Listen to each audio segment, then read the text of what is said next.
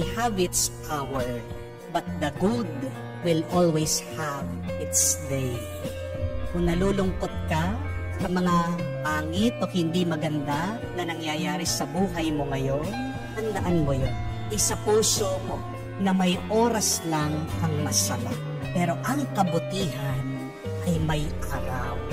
Ibig sabihin, ang masama, konting panahon lang yan. Pero ang mga mabubuti ay pagkakalooban ng Diyos ng buhay na walang hanggan.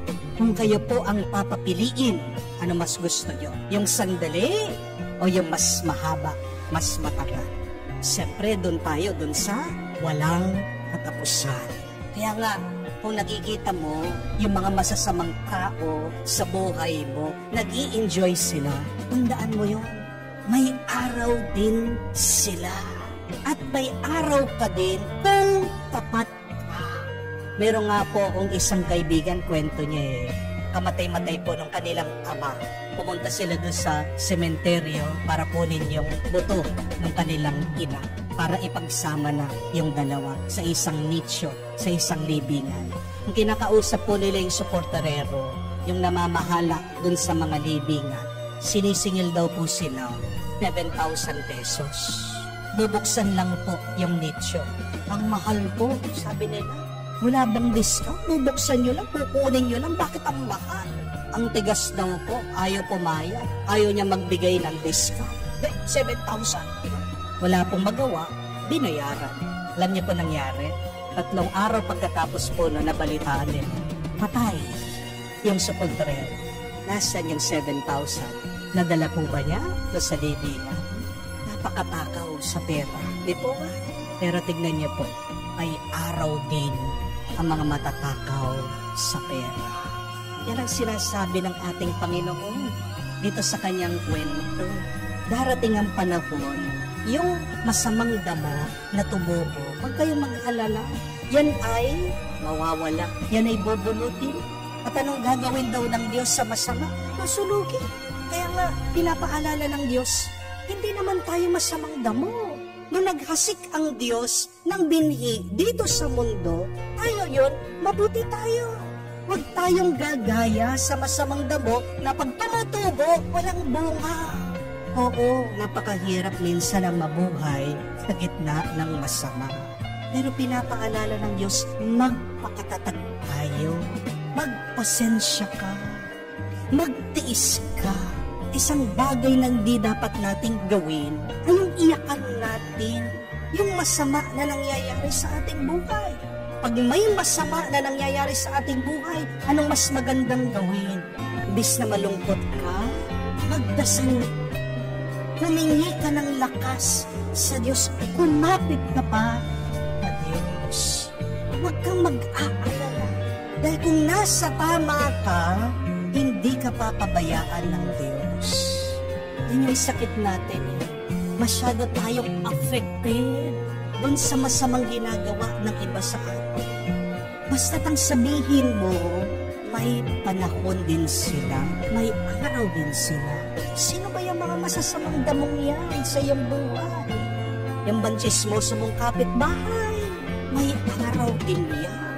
Yung bang asawa mo na hindi pa natuto, may araw din siya. Yung bang masungit mong katrabaho, may panahon din yan. At kahit din yung nararamdaman nating sakit, hindi naman forever na may sakit ka, gagaling ka din. Ang mabuting balita ito, nasa katapusan, ang matatalo ay ang masama at ang magwawagi ay ang mabuti. Kung wala kang pananampalataya, malulungkot ka at paniniwalaan mo ang kabaliktaran na ang masama ang magwawagi, ang mabuti ay matatalo. Kaya napakahalaga na meron kang matibay na pananampalataya. Dahil kahit hindi mo man nakikita at nararamdaman ngayon, pag may pananampalataya ka, malayo iyong paningin. May pag-asa ka pag meron kang pananampalataya. Pero habang may panahon pa, kung pinapaalala ng Diyos, kung alam mo may nagawa kang masama, sana magbago ka. Kaya nga sabi ng Diyos, ang may pakiramdam ay makinig. Hindi naman po nagkukulang ang Diyos sa pagpaparinig sa atin, sa pagpapaalala sa atin eh. Nandiyan ang banal na kasulatan, nandiyan ang banal na Espiritu, nandiyan ang konsensya ng tao. Kailan ka pa magbabago? Pag malapit ka ng mamatay, habang may panahon pa, magbago ka na. Kung hindi, mas katakot-takot na parusa ang mararanasan mo. Tandaan po natin, hindi po ang Diyos ang nagpaparusa sa atin. Tayo'y napaparusahan dahil sa kasalanan na ating ginagawa. May epekto ang lahat ng ating kilos at gawa. Pag tayo'y nahihirapan, bakit natin sinisisi ang Diyos?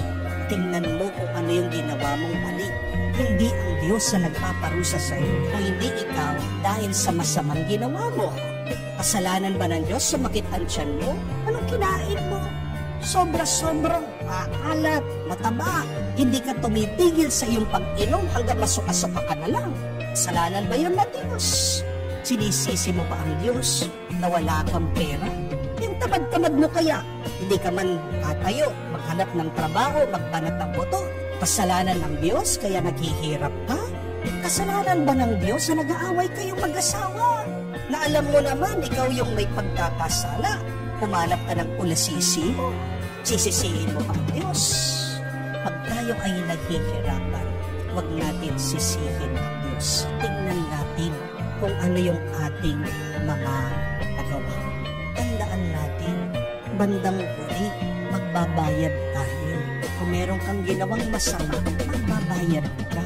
May kapalit ang lahat. Ang iyong pagsasakripisyo, may gantimpala yan. Pero ang iyong pagkakasala, may kabayaran yan. Kaya nga, naririnig mo ang mensaheng ito. Ito ay isang tanda. Ito ay galing sa Diyos. Anong kailangan mong baguhin? Anong kailangan mong ayusin? Panahon na. Ngayon na. Now na.